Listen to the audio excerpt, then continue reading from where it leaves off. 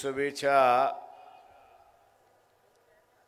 निवडणूक आणि त्याच्याच बरोबर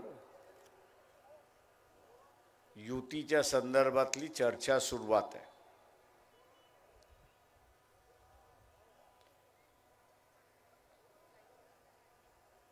आणि चर्चेच्या संदर्भातलं उलटसुलट बातम्या यायला सुरुवात लागली।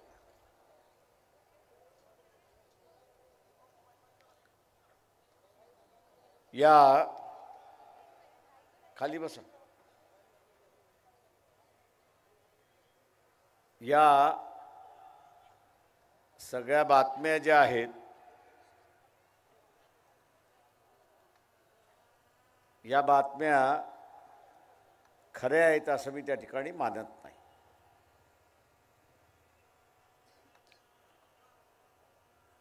दोन 2024 नंतर निवडणुका होणार नाहीत असंही त्या ठिकाणी म्हटलं जाते।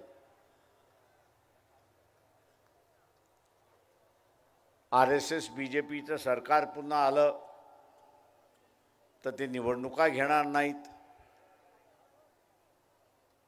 पंतप्रधान म्हणतात आहेत की आम्ही 400च्या वरती जागा घेऊ।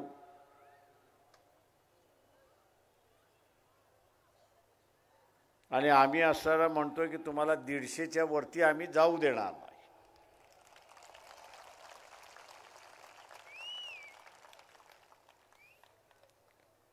आता हे जे आम्ही 150 म्हणतोय ते आपल्या जोरावरती म्हणतोय हे लक्षात घ्या।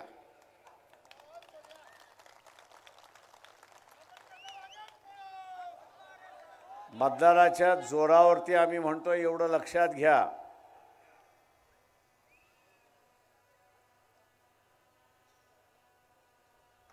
जे काही काल मसुदा सादर करण्यात आला त्याच्या याच्यावरनं चर्चा फार झाली। लोक विचारायला लागले। आम्ही म्हटलं की इथे असणारा पुन्हा BJP बरोबर जाणार नाही याची असताना तुम्ही आम्हाला हमी द्या। तर अनेक जण म्हणायला लागले की असं कशी हमी देता। म्हटलं तुम्ही आमची कोंबडी खाणार आणि जिरवायला BJPकडे गेलात तर आम्ही काय करायचं।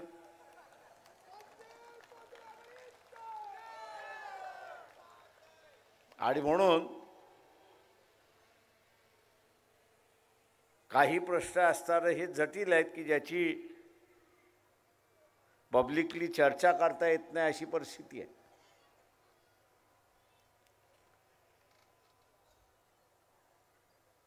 का शेवटी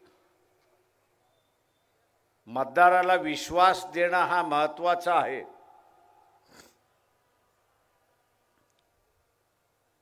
मतदार हा BJPच्या विरोधातला मतदार आहे, RSSच्या विरोधातला मतदार आहे।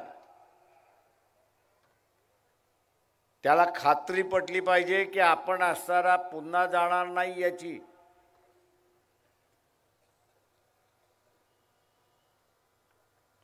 पुन्हा जाणार नाही याची खात्री दिली पाहिजे। आणि पुन्हा जाण्याची खात्री मिळाली त्याला, न जाण्याची खात्री त्याला सर मिळाली तो दिलखुलासाने मतदान देईल हे आपण असणारा लक्षात घ्या। मी इथे असणारा फुले शाहू आंबेडकरी समूहामधला शिकलेला वर्ग आहे।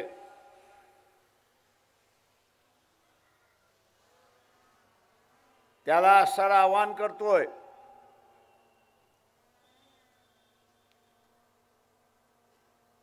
की त्याच्यावरती मोठी जबाबदारी आलेली आहे। आरक्षणाचा तो असणारा लाभार्थी आहे।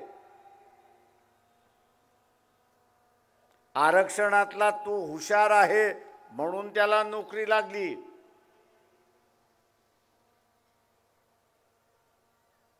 हा जो लाभार्थी आहे या लाभार्थ्याने आता सज्ज झालं पाहिजे। सज्ज कशासाठी झालं पाहिजे तर संविधान वाचवण्यासाठी सज्ज झालं पाहिजे.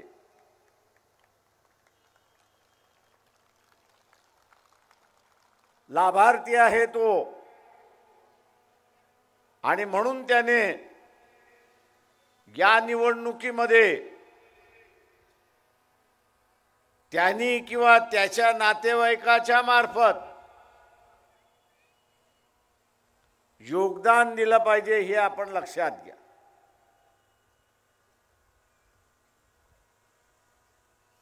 राजकीय दृष्टिकोनातून आज आपण असं पाहिलं की जो ओबीसी धनगर असेल, माळी असेल, साळी असेल, कुणबी असेल, लोहार असेल, सोनार असेल,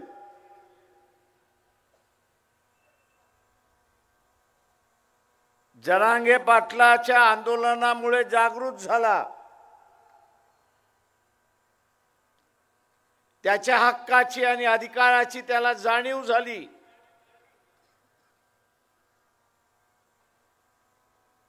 आज तो स्वतःच्या अधिकाराची सुरक्षा करायला निघालाय, लढायला निघालाय.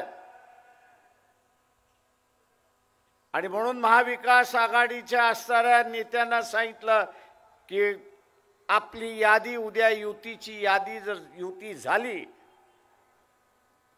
युती जर झाली तर त्या युतीमध्ये सर्व पक्षाचे मिळून किमान 15 उमेदवार हे ओबीसीचे असले पाहिजेत, हे आपण लक्षात घ्या. पुन्हा अशी परिस्थिती येणार नाही.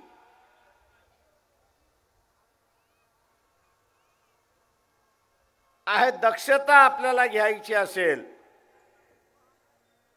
आणि ती घ्यायची आहे तर लोकशाहीमधले जे उमेदवार आहेत या उमेदवारांचं सामाजिकरण झालं पाहिजे, हे लक्षात. तर नाही तर आपल्याला असं दिसतं एक तर कुणबी समाजातला उमेदवार नाही तर पाटील समाजातला उमेदवार, यांची उमेदवाराची यादी याच्या बाहेर जातच नाही. किमान 15 दिले तर उरलेले उमेदवारी जे आहेत ते या दोन समूहाला आपल्याला देता येतात, अशी परिस्थिती आहे. तुम्ही उमेदवारीच दिली नाही तर ते त्यांच्या अधिकाराचे संरक्षण कसे करणार, अशी असणारी परिस्थिती आहे. आणि म्हणून मी हा जो आरक्षणाचा लाभार्थी आहे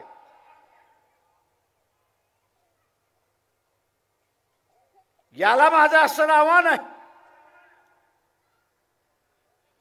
की खिशाला चाट पडली तरी चालेल,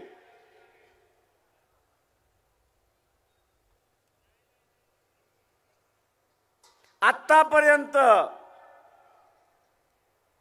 जी भाषा होती आणि वृत्ती होती की इलेक्शन मध्ये मला काय घेणं देणं, पक्ष आणि उमेदवार त्या ठिकाणी पाहिल, हाच हिक्का जर राहिला आणि उद्या बीजेपी आरएसएस सत्तेवरती आली तर सगळ्यात पहिला आघात जो आहे तो या लाभार्थीवरती झाल्याशिवाय राहणार नाही, हे आपण लक्षात घ्या. या लाभार्थींवरती झाल्याशिवाय लक्षात नाही तेव्हा सगळ्यात सावध ह्या असणाऱ्या लाभार्थ्यांनी झालं.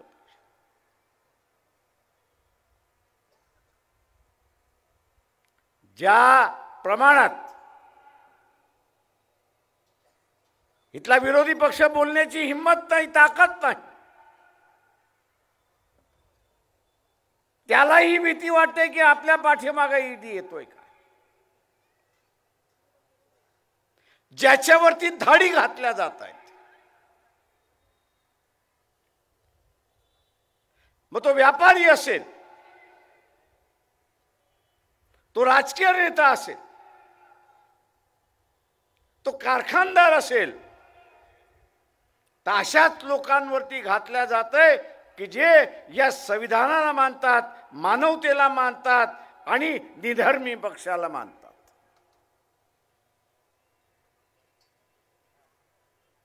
ही विचारांची सुद्धा लढाई सुरुवात झाली आहे. उद्याचं असणारं राज्य कोणाचं राहणार? फुले शाहू आंबेडकरी विचाराचं राज्य राहणार की मनुस्मृतीचं राज्य राहणार, हा निर्णय द्यायचा आहे. ज्या दिवशी पुन्हा मनुस्मृतीचं राज्य आलं तर याचा पहिला बळी हा आरक्षणवादी आणि आरक्षणातला लाभार्थी होणार आहे, हे आपण लक्षात घ्या.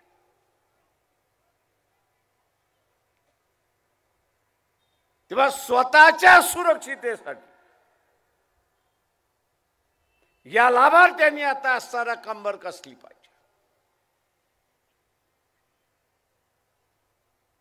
स्वतःच्या सुरक्षितेसाठी, स्वतःच्या कुटुंबासाठी, स्वतःच्या मुलीसाठी आणि उद्याच्या असणाऱ्या पिढीला हे जे स्वातंत्र्य आपण जगलो ते त्याच तऱ्हेनं दुसऱ्या पिढीला द्यायचं असेल तर कंबर कसल्याशिवाय आता मार्गच राहिला नाही, हे आपण लक्षात घ्या.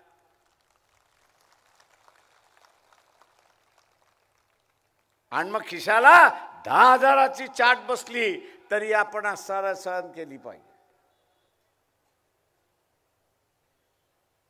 खिशाला 10,000ची चाट बसली तरी आपण असणारा सहन केला पाहिजे.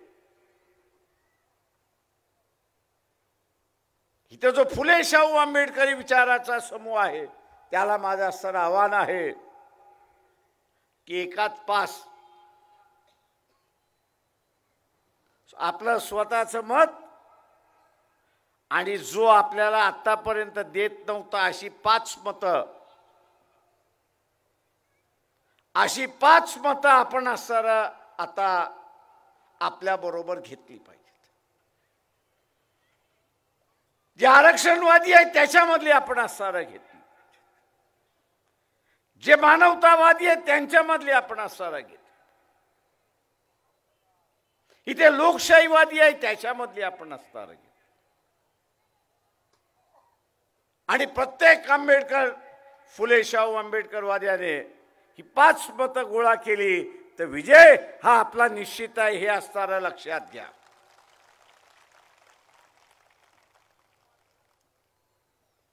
उद्याचं राज्य कोणाचं? आज संविधानाचं राज्य चाललं, म्हणजेच संतांचं राज्य चाललंय, हे आपण सारं लक्षात घ्या. संविधानाचं राज्य म्हणजे इथलं संतांचं राज्य.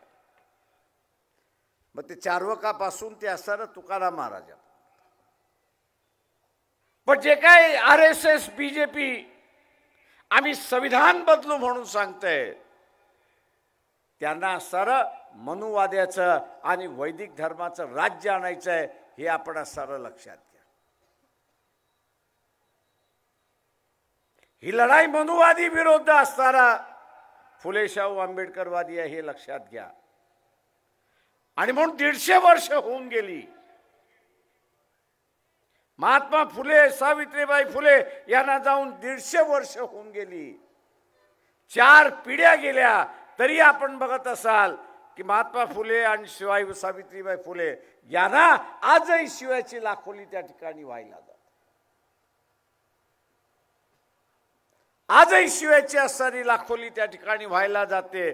कारण का तर या बदलाचे ते असणारे जनक आहेत, हे आपण लक्षात घ्या. आधुनिक काळामधल्या बदलाचं जे आहेत ते जनक आहेत. त्यांनी इथल्या मनुवादी व्यवस्थेला आग लावली आणि बाबासाहेबांनी तिला जाळून टाकली, अशी असणारी परिस्थिती आहे. आता ती पुन्हा आणायची आहे का, हे आपण असणारं लक्षात.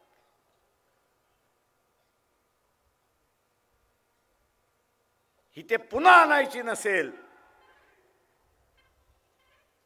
सर्वांच्या बरोबरीने किंवा स्वतःहून हा लढा आपल्याला उभा करावा लागेल, हे लक्षात घ्या.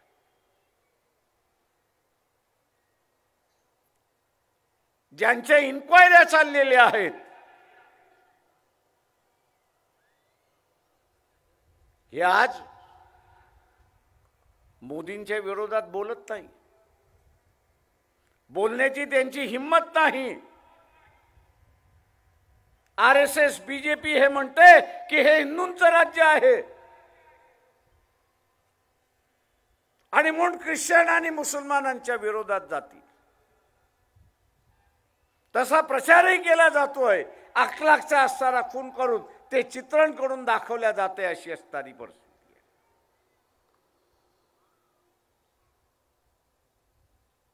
पण खऱ्या अर्थाने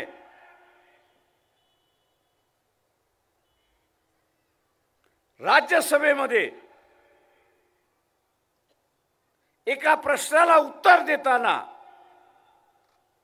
हेच मोदीचं सरकार उत्तर देते की या देशामध्ये 24 लाख कुटुंब, हे राज्यसभेचं उत्तर आहे. राज्यसभेमध्ये उत्तर आहे. मागच्या 3 महिन्यापूर्वी दिलेलं उत्तर आहे की 24 लाख कुटुंब के जे हिंदू आहेत, ज्यांची संपत्ती 50 कोटीच्या आसपास आहे, अशाने नागरिकत्व सोडला आणि परदेशी जाऊन राहिले. मित्रो, आणि तेच 1950 ते 2014 पर्यंत या 70 वर्षाच्या कालावधीमध्ये फक्त 7,200 कुटुंबाने की ज्यांची संपत्ती 50 कोटीच्या वरती आहे, त्यांनी देश सोडून गेले हे आपण लक्षात घ्या. नागरिकत्व सोडून गेले हे आपण लक्षात घ्या. 70 वर्षामध्ये 7,200 कुटुंब नागरिकत्व सोडून गेले आणि यांच्या 10 वर्षाच्या कालावधीमध्ये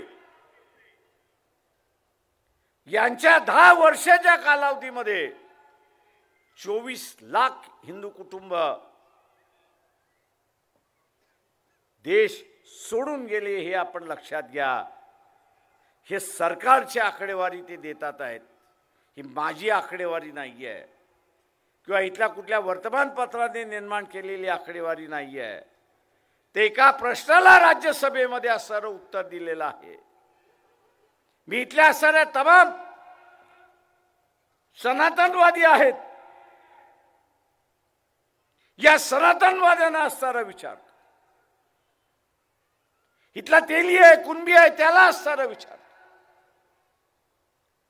तुम्ही सत्तेवरती ह्यांना याच्यासाठीच बसवलं. तुम्ही यांना सत्तेमध्ये ह्याच्यासाठीच बसवलं की त्यांनी असणारा हिंदूंच्या विरोधात कारवाई करावी आणि ते कंटाळून जाऊन त्यांनी असणारं नागरिकत्व सोडावं आणि देशभरामधून निघून जावं.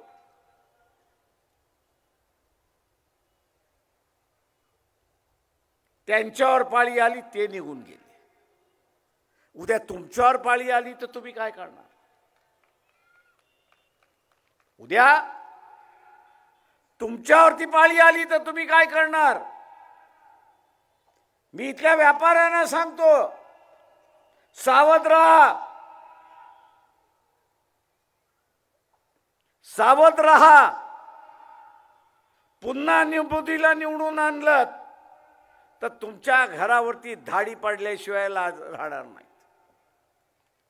आज इथला व्यापारी पैसा देतोय आणि मतदानही देतोय.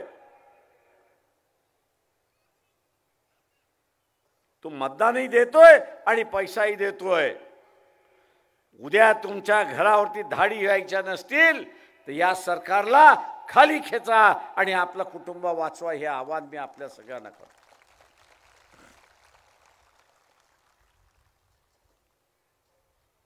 हे धार्मिक सरकार आहे असं म्हणताय. मला व्यापारी म्हणतात, अरे सर ये तो धार्मिक सरकार है.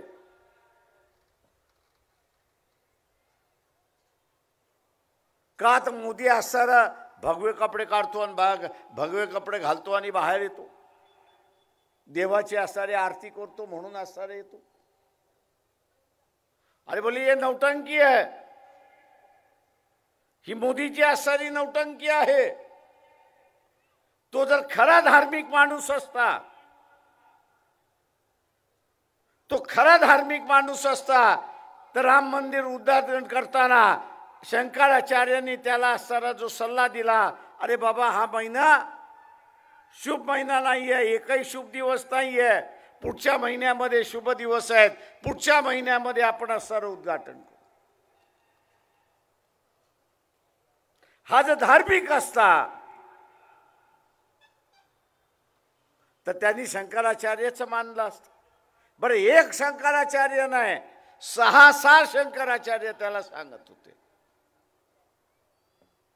6 शंकराचार्य त्याला सांगत होते. पण मी पंतप्रधान आहे हा जो हेकेखोरपणा जो आहे, हम करे सो कायदा, ही जी मानसिक विकृती जी आहे ती मोदींमध्ये भरलेली आहे. आम्ही ठरवलेला आहे, मी ठरवलेला आहे, तुम्हाला यायचं असेल तर या, नाही यायचं असेल तर नका येऊ. आणि त्यांनी उद्घाटन केलं. अरे कोर्टाने सांगितलं होतं मंदिर झालं पाहिजे.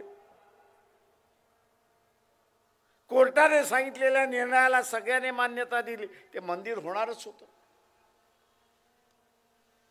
ते होणारच होतं,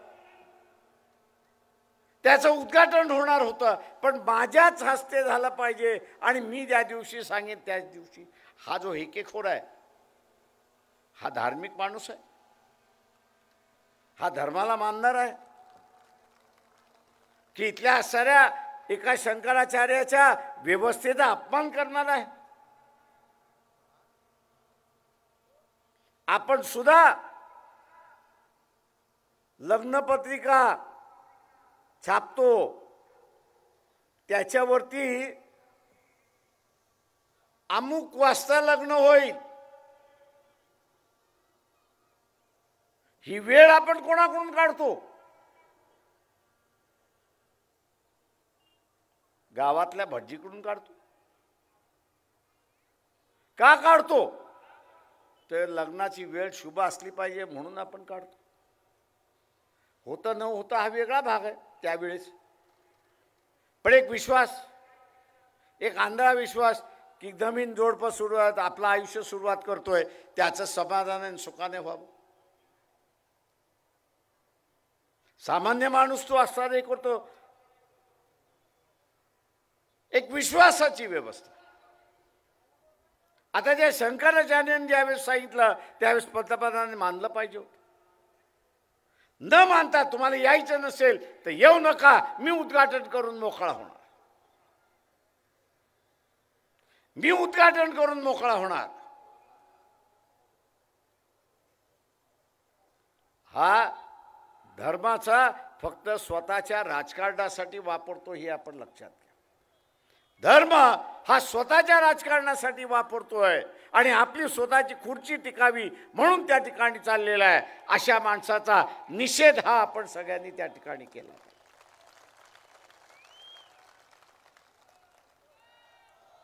जाता जाता मी आपल्याला फक्त असणारा एकच प्रश्न या ठिकाणी विचार,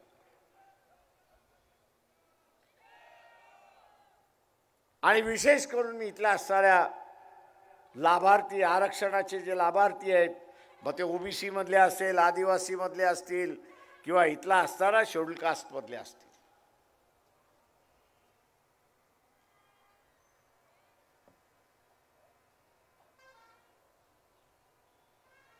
तुम्ही खरंच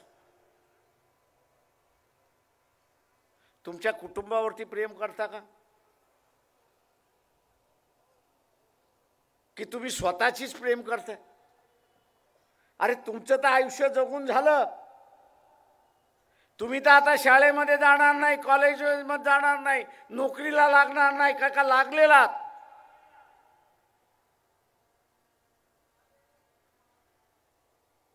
जो आघात होणार आहे तो येणाऱ्या पिढीवरती आघात होणार आहे.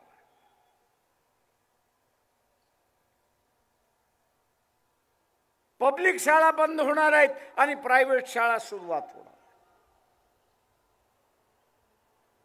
पब्लिक शाळा बंद होणार आहेत, प्रायव्हेट शाळा सुरुवात होणार आहेत. त्या प्रायव्हेट शाळेच्या फिया तुम्ही देऊ शकाल का ह्याचं उत्तर द्या. स्वतःला दुसरं उत्तर द्या की आरक्षण नसतं तर तुम्ही नोकरीला लागला असतात का?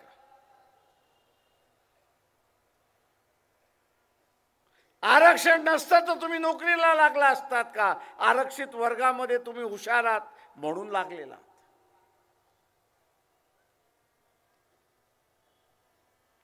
उद्याच्या पिढीला केंद्र बांधून आपण असारा विचार त्या ठिकाणी केला.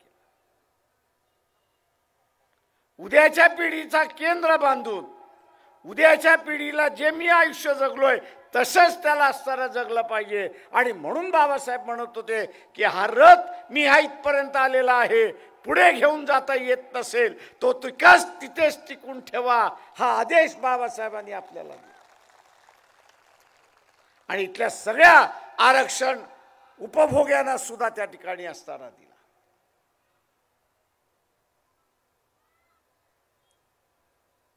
आरक्षणातले जे उपभोगी आहेत त्यांना असताना हा सुद्धा आदेश दिला.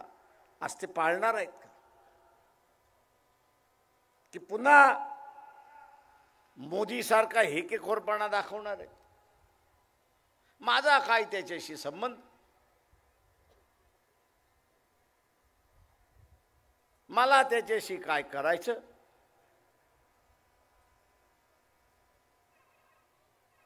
हा जो हेकेखोरपणा आहे हा धोकादायक हे आपण असं लक्षात. आरक्षणवाद्याचा हेकेखोरपणा हा त्याच्या कुटुंबापुरता मर्यादित आहे. पण मोदीचा असणारा हा हेकेखोरपणा देशाला विघटनेच्या वास्त्यावरती आणून ठेवेल हे आपण लक्षात.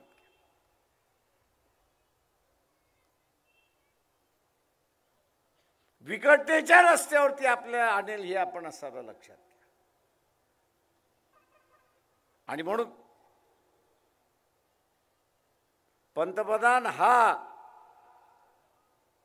त्या अमेरिकेच्या लोकांसारखा विद्वान अजिबात आम्हाला नको ते म्हणतात.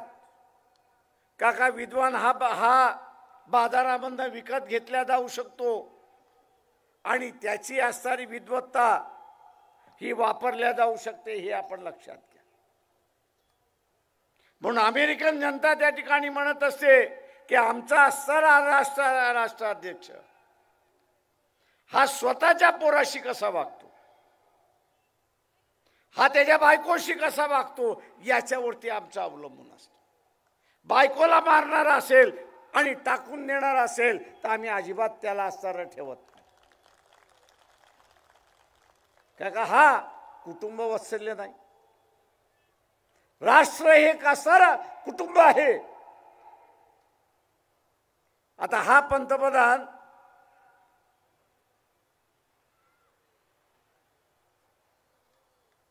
लग्न तर करतो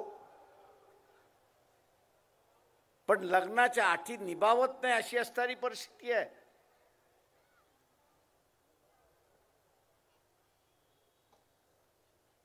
लग्नाचे नियम पाळत नाही.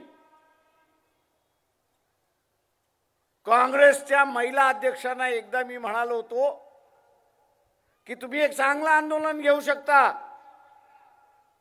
आणि ते म्हणजे मोदीला आठवण करून द्या की तुझं असणारं लग्न झालंय, तुला असणारा बायको आहे, तिला फक्त एकच दिवस त्या 10 जनपद त्या पंतप्रधानाच्या घरामध्ये फक्त एकच दिवस ठेव, दुसऱ्या दिवशी हाकलून टाक. काँग्रेसवाल्यांना म्हटलं आंदोलन घ्या.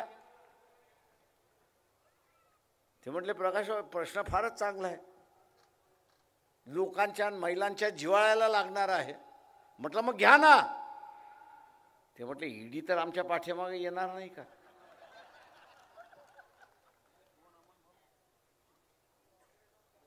म्हणजे ही काँग्रेसवाल्यांची मानसिकता आहे हे आपण लक्षात घ्या. आता आपण सगळ्यांनी ठरवलं पाहिजे, आपण सगळ्यांनी ठरवलं पाहिजे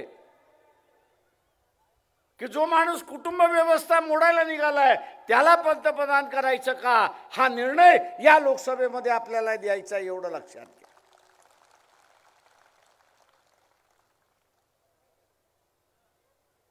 कुटुंबाची जबाबदारी नसल्यामुळे डॉक्टर रमेश गजबे तुम्ही कितीही मामला की इथं असताना बेरोजगारी आहे, त्याला काय घेणं देणं आहे?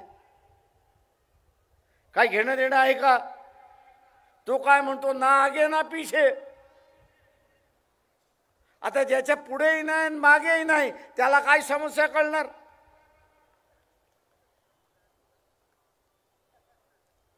आणि म्हणून बेरोजगारीचा प्रश्न त्याला कळणार नाही, महागाईचा प्रश्न त्याला कळणार नाही.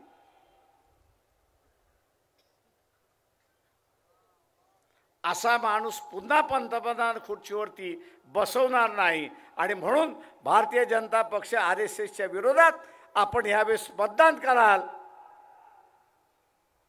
ही अपेक्षा मी आपल्या सगळ्यांकडून बाळगतो. आणि आंबेडकरी चळवळ, शाहू फुले आंबेडकरी चळवळ ही आपल्या पायावरती पुन्हा आपण असं उभं करूया, हे कटिबद्ध बोलू राहू. एवढं बोलतो आणि आपली सगळ्यांची रजा घेतो. जय भीम, जय भारत.